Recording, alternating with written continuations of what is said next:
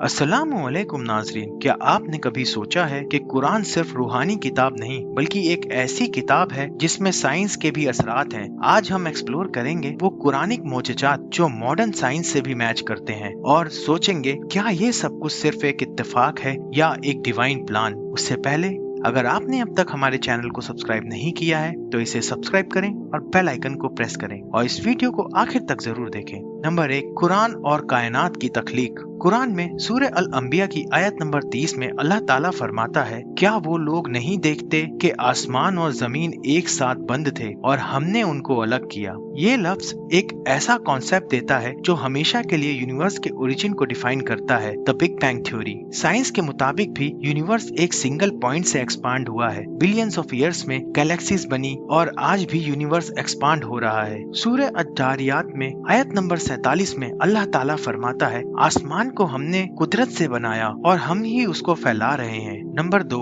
Human creation और embryology. Quran की सूरह अल मुमिनून की आयत नंबर 13 से 14 में इंसान की पैदाइश का जिक्र बहुत ही डिटेल में मिलता है, जिसमें अल्लाह ताला फरमाता है, फिर हमने नुतफा को अलका बनाया, फिर अलका को मुतका और फिर हड्डी और उस पर गोश्त चढ़ाया। साइंस के मुताबिक भी ये स्टेजेस जायगोट, एम्ब्रियो, फीटस बिल्कुल इसी तरह होती हैं। 1400 साल पहले जब कोई माइक्रोस्कोप भी नहीं था, कुरान में इंसान के डेवलपमेंट का जिक्र इस डिटेल में मिलना क्या ये मोजजा नहीं है। नंबर 3, नेचर, एनवायरनमेंट और वाटर साइकिल। कुरान की सूरह अन-नहल की आयत नंबर 10 से 11 में बार बार नेचर का जिक्र होता है और हर चीज के दरमियान एक निजाम का ताल्लुक दिखाता है, जिसमें अल्लाह ताला फरमाता है, वो है जो पानी बरसाता है आसमान से और फिर उसी से हर किस्म की नबातात उगाता है। साइंस के मुताबिक water cycle, evaporation, condensation, precipitation ये एक कंप्लीट साइकिल है जो कुरान से मैच करता है। कुरान हमें सिर्फ इल्म नहीं देता बल्कि तबाही से बचने के रास्ते भी दिखाता है। नंबर 4, ब्रेन इंटेलिजेंस और टेक्नोलॉजी।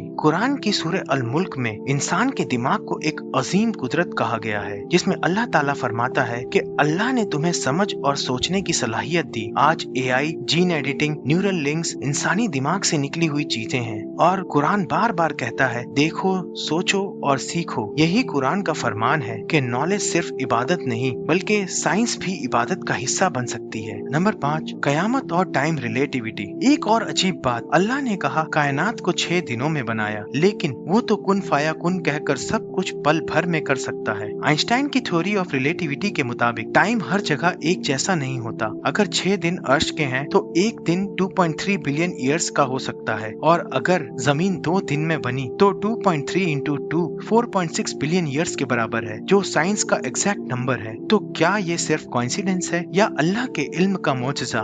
नाजरीन, जब मैंने कुरान को दोबारा समझना शुरू किया और उसमें छुपी साइंटिफिक सच्चाइयों को देखा तो मेरा ईमान और भी मजबूत हो गया। कुरान सिर्फ एक किताब नहीं, ये एक टाइमलेस मिरेकल है जो हर दौर, हर साइंस, हर शक को जवाब देता है। नाजरीन, क्या साइंस और ईमान एक दूसरे के मुकाबिल हैं या ये दोनों एक दूसरे को समझने का जरिया बन सकते हैं? आज का इल्म हमें कुरान के मोजज़ात को नए अंदाज में समझाता है, तो क्या आप तैयार हैं कुरान को एक नए नजरिए से देखने के लिए? Like, share and subscribe for more deep Quranic insights. Comment करके बताएं आपका फेवरेट कुरानिक साइंटिफिक फैक्ट क्या है।